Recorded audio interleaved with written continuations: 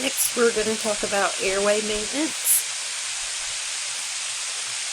If an infant has excess mucus in their respiratory tract, you can suction their mouth and nose gently with a bulb syringe.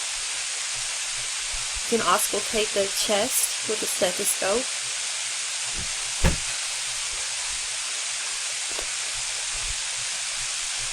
You can normally hear fine crackles, can be auscultated for several hours after birth, and this is especially common in infants that were born by C-section.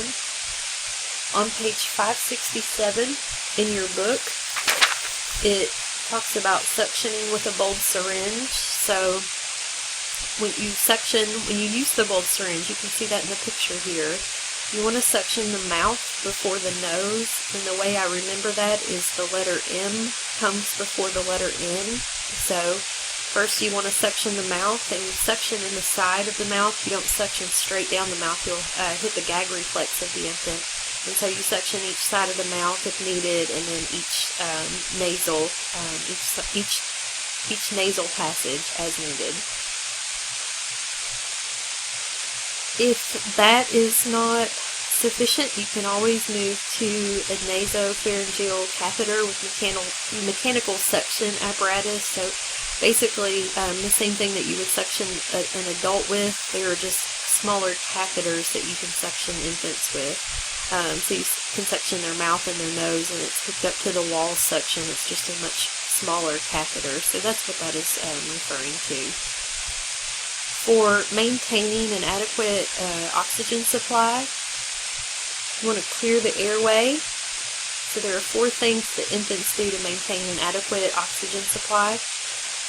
Maintain a clear airway, make sure they have effective respirations, adequate circulation, and adequate thermoregulation.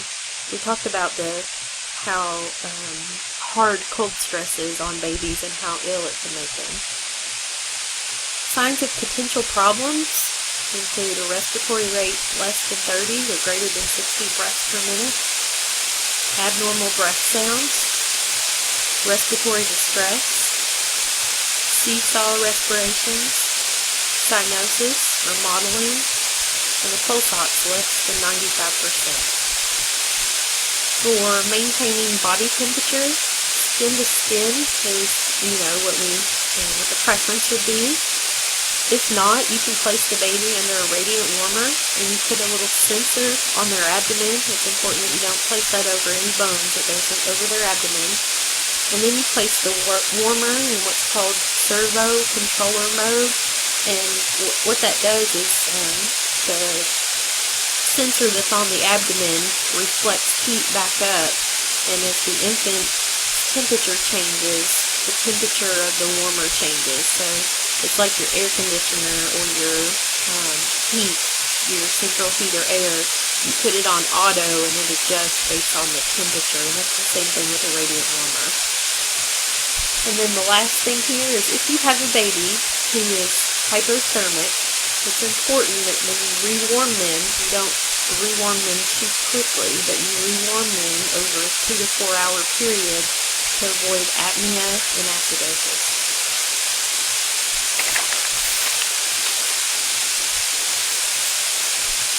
So we're still talking here about a brand new newborn and what we're doing to take care of it. So immediate interventions include eye prophylaxis. You can delay the eye prophylaxis for up to 2 hours so the mom and baby can breastfeed and it doesn't interfere with bonding and being able to see each other's face. The reason that we give eye prophylaxis is to prevent ophthalmia neonatorium or neonatal conjunctivitis, and that's basically the STI of gonorrhea. The second medication we give is vitamin K, and this is given IM to prevent hemorrhagic diseases. So if you look on page 569 in your book, there's 2 medication guides that review ilotycin and vitamin K. For promoting parent-infant interactions, again, early skin-to-skin, promoting rooming in, and then just promoting the family as a unit. I made a note here too that if you look at table 24-3, which covers page 556 through 565, this table goes through the physical assessment of a normal newborn, and you just want to read over that and be familiar with what's normal and what's abnormal for the physical assessment.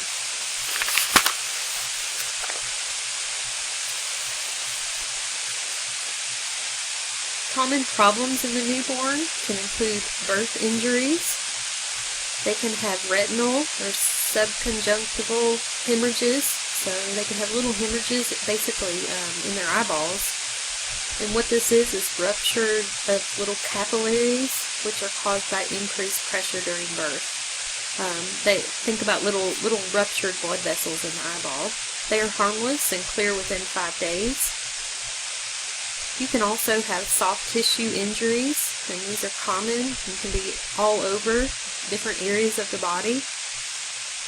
You can have bruising and petechiae, can be a sign of a more serious injury. So that's something you want to monitor. Babies can have a lot of different rashes on their skin, and it's important to be able to differentiate these rashes from hemorrhagic areas such as bruising and petechiae. And the way that you do that is you blanch the skin, so you press down on the skin. If it's a rash, it blanches, and if it's hemorrhagic, it does not. So when you press down on the skin and blanch the skin, a rash will blanch, and if it's bruising or petechiae, it won't. You also want to assess for forceps marks that are linear marks across both cheeks. If the baby is a face or breech presentation, it's normal to have a lot of bruising and swelling, especially the genitalia if the baby is breech. And as far as accidental lacerations, this is most common during C-sections and when the baby is accidentally nicked with a scalpel.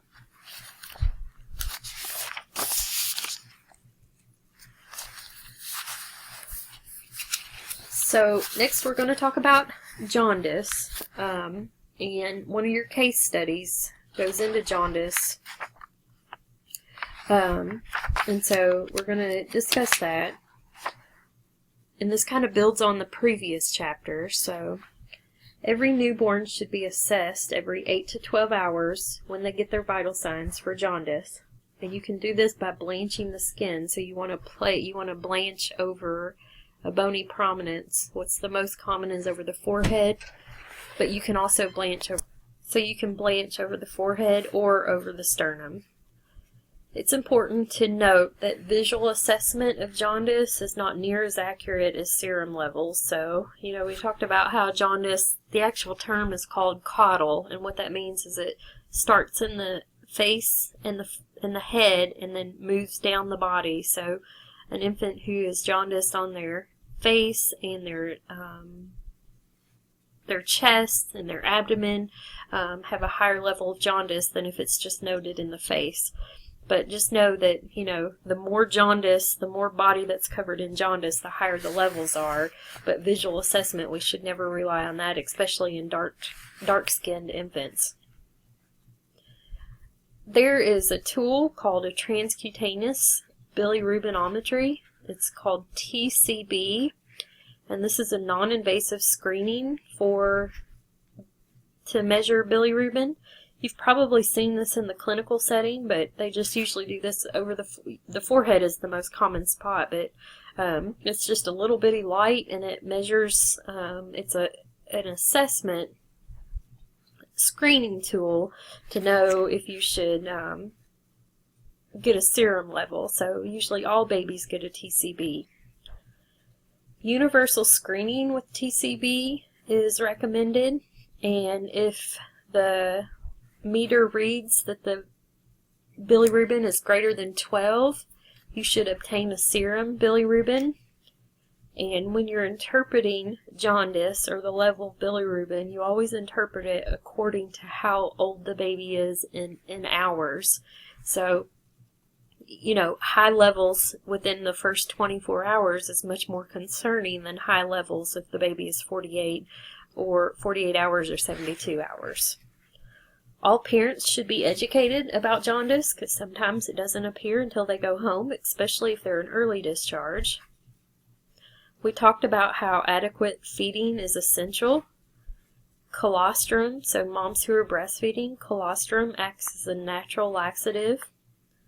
The most common risk factors for jaundice include infants less than 38 weeks, infants who are exclusively breastfeeding, if they had a sibling with significant jaundice, they have a hemolytic disease, a cephalohematoma, any significant bruising, or if they're of East Indian race.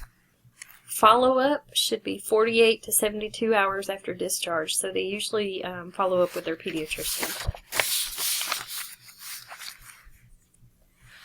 Here is that hour-specific nomogram that we were discussing, so you can see that across the bottom is the number of hours and how old the baby is in number of hours, and then on the left has the total serum bilirubin, and it places them in a low risk, a low intermediate, a high intermediate, or a high risk zone. So phototherapy is basically the first line treatment, and it uses light energy to convert unconjugated bilirubin to conjugated for excretion. The most effective type of bilirubin lights phototherapy are blue fluorescent or LED lights. The closer the lights are to the infant and the more skin that is exposed, it's more effective. So you essentially want a baby that's completely naked except their diaper. The bilirubin should begin to decrease by 4 to 6 hours after therapy is initiated. You cover the infant's eyes if you're using the lamp, the overhead light. You want to make sure they're adequately hydrated, but that's either with breast milk or formula. You should never give a newborn just plain water or glucose water. You want to monitor their bowel movements and also diaper rash. You want to turn the infant every 2 to 3 hours. There's different types of phototherapy devices. There's the overhead lights, there's blankets, billy blankets, billy beds, and then a combination of therapy. So if a baby's bilirubin is extremely high, it's common to see a light over and then placed on a blanket or a bed under. Babies can remain in their mother's room when they are jaundiced, and that's actually very important so you're not isolating and interfering with the normal bonding. Don't apply any lotions to the skin. This can cause burning. Home therapy is an option, although it's not as effective, but it is an option. And like we said, it's important to allow feeding and holding times for the parents. If phototherapy is not effective, or there's a hemolytic disease, you can do what's called an exchange transfusion. This would be done in the NICU, and this is where the infant's blood is replaced with a combination of blood products for severe hyperbilirubinemia or hemolytic disease. So you're basically taking some of the infant's blood out and replacing with donor blood to decrease the jaundice level.